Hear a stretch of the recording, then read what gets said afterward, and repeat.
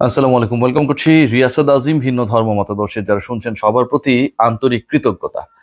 Glenn Maxwell হতে পারলেন না তাওহিদ হৃদয়, হতে পারলেন না পাকিস্তানের এই মুহূর্তের সবচেয়ে আলোচিত ব্যাটারদের একজন মোহাম্মদ রিজওয়ান। ক্র্যাম্প করছিল, নড়তে পারছিলেন না, দৌড়াতে পারছিলেন না। দলের জন্য শেষ পর্যন্ত 50তম ওভার পর্যন্ত লড়েছেন তাওহিদ হৃদয়। শেষ ব্যাটসম্যান হিসেবে যখন আউট হয়েছেন তখন তার রান 100। আর যখন ক্রিজে লড়াইটা শুরু করেছিলেন মূলত ষষ্ঠ উইকেটে জাকের আলী অনিকের সাথে, তখন বাংলাদেশের রান মাত্র 35, 5 উইকেটের বিনিময়ে। বাংলাদেশ ভারতের কাছে হেরেছে। বাংলাদেশ শেষ পর্যন্ত খেলা জমিয়ে রাখার চেষ্টা করেছে। শেষ পর্যন্ত যারা আমরা বাংলাদেশ দল পারফরম্যান্স 3টা জিরো, তিনজন বাংলাদেশের প্রসিদ্ধ ব্যাটার জিরোতে আউট হয়েছেন, মাত্র 8টা বল খেলেছেন তিনজন মিলে।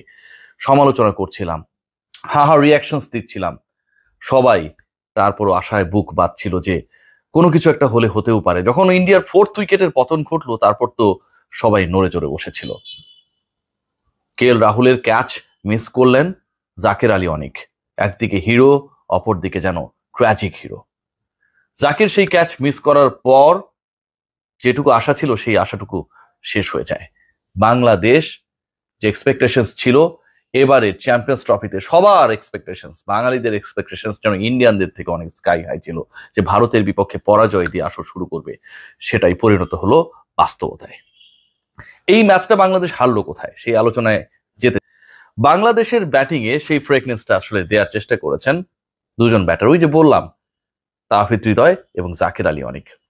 ষষ্ঠ উইকেটে তারা 1.5 শতাধিক রানের যে পার্টনারশিপটা করলেন, সেই পার্টিকুলার পার্টনারশিপ চ্যাম্পিয়ন্স ট্রফির ষষ্ঠ উইকেটের ইতিহাসে সর্বোচ্চ, বাংলাদেশের 6th উইকেটে হাইয়েস্ট, ভারতের বিপক্ষে পৃথিবীর যে কোনো দলের ওয়ানডেতে ষষ্ঠ উইকেটে সর্বোচ্চ। কোন পর্যায়ে বাংলাদেশ বিপর্যস্ত ছিল বা একটা দল বিপর্যস্ত ছিল যেখানটায় 6th উইকেট পার্টনারশিপ এতগুলো দিক থেকে গুরুত্বপূর্ণ হয়ে ওঠে।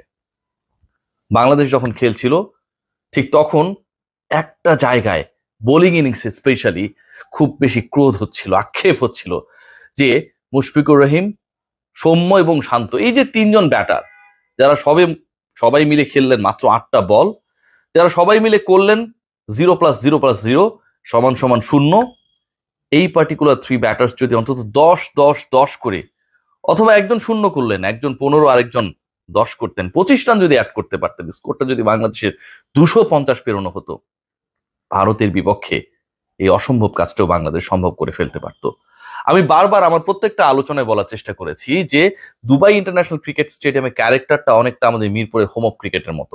অনেক বেশি রান হবে তেমনটা না, কিন্তু আপনি যদি স্কোর বোর্ডে 100, 260-70 করতে পারেন, তাহলে প্রতিপক্ষের সেই রান চেস করতে অথবা সেই রানকে ডিফেন্ড করার ক্ষেত্রে আপনি একটা কনফিডেন্স পাবেন। এন্ড অফ দ্য ডে সেটাই হয়েছে। বাংলাদেশ 230-এর কাছাকাছি গিয়ে থেমেছে। বাংলাদেশ দলের 3জন ব্যাটসম্যান জিরোতে আউট হয়েছে। বাংলাদেশ 35-এ 5 উইকেট হারিয়েছে। বাংলাদেশ অসংখ্য রান আউট মিস করেছে। বাংলাদেশ যেই সময়টা মোমেন্টাম ক্রিয়েট হচ্ছিল, তাসকিন আহমেদের বলে কে এল রাহুল আউট হয়ে যাচ্ছেন, জাকের আলী অনেক ক্যাচ নিতে নিতেও শেষ পর্যন্ত নিতে পেলেন না। সবচেয়ে ইন্টারেস্টিং পার্ট যেটা, যে জাকের আলী অনেকের খেলার কথা ছিল বা ছিল না, তাওহিদ হৃদয়ের খেলার কথা ছিল বা ছিল না, একটা আলোচনা চলছিল মাহমুদুল্লাহ রিয়াদকে নিয়ে। কারণ মাহমুদুল্লাহ রিয়াদ আমরা গতকাল পর্যন্ত কনফার্ম ছিল যদি খেলছেন, তাহলে বাদ পড়বেন কে? সেই বাদ পড়ার লিস্টে আসলে এই দুজনের একজন যখন থাকেন, সেই দুজনই তখন খেলে ফেলেন মাহমুদুল্লাহ থাকার কারণে। সেই দুজন মিলে যখন সেই মহাকাব্যিক পার্টনারশিপ করেন, তাওহিদ হৃদয় 50 পূরণের পর যেভাবে অ্যাটাকিং ক্রিকেট খেলে, রিশাদ হোসেন যখন ব্যাটিং এ এলেন 7th উইকেট পার্টনারশিপে আকসারকে যেভাবে পেটালেন, একটা সময় মনে হচ্ছিল বাংলাদেশের রানটা 250 ছাড়িয়ে যাবে, যায় নাই। টিম ম্যানেজমেন্ট দীর্ঘ সময় ধরে মোস্তাফিজুর রহমানকে ক্যারি করছেন। মোস্তাফিজ বিপিএল এ ভালো করতে পারে না, আইপিএল এ দল পায় না, মোস্তাফিজ যেন তার ছায়া। এবং এই ম্যাচে বাংলাদেশ দল একজন যে স্পিনারকে মিস করেছে, এটা নিয়ে কোনো ধরনের ডাউটের সুযোগ নেই। আপনি যদি খেয়াল করে দেখেন যে বাংলাদেশের বোলিং ইনিংসটায় একটা সময় সবাই যেন প্রার্থনা করছিল যে 2-2-4 ওভার বা 4 এবং 2+6 ওভার বাকি ছিল 2 স্পিনারের, মেহেদী হাসান মিরাজ এবং অসাধারণ বল করা রিশাদ হোসেন, তারা যখনই বল করতে আসেন না কেন, তার আগে যেন 1-2 ইন্ডিয়ার উইকেট পড়ে। ব্যাটাররা ওয়েট করছিলেন এই 2 বোলারের কোটা কখন শেষ হবে, তারপর তারা খোলস ছেড়ে বের হবেন। শুভমান গিল যেন এই ম্যাচে বাংলাদেশে তাওহিদ হৃদয়ের ভূমিকায়, হৃদয় যেমন এক প্রান্ত আঁকড়ে রেখেছেন, সেঞ্চুরি করেছেন, হাঁটতে পারছিলেন না, দৌড়াতে পারছিলেন না, শেষ পর্যন্ত লড়ে গেছেন। শতক পূরণের পর বারবার উইকেটের পাশে শুয়ে পড়েছেন, হাল ছাড়েন নাই। শুভমান গিল যেন সেই ভূমিকায়, কিভাবে ফিনিশ করে আসতে হয় টপ অর্ডারকে, সেটা যেন চোখে আঙুল দিয়ে দেখিয়ে দিয়েছেন শুভমান গিল। বাংলাদেশের এই পরাজয় আমার কাছে মনে হয় যে সব দিক থেকে অনেক বেশি হতাশার। ইন্ডিয়ার সাথে বাংলাদেশ পারবে না, বাংলাদেশ পরাজিত হবে, ভারত বাংলাদেশকে হারিয়ে দিবে, এই যে আমাদের এক্সপেকটেশনস বা ক্যালকুলেশনস গুলো অবশ্যম্ভাবীভাবে এটাই হওয়া উচিত।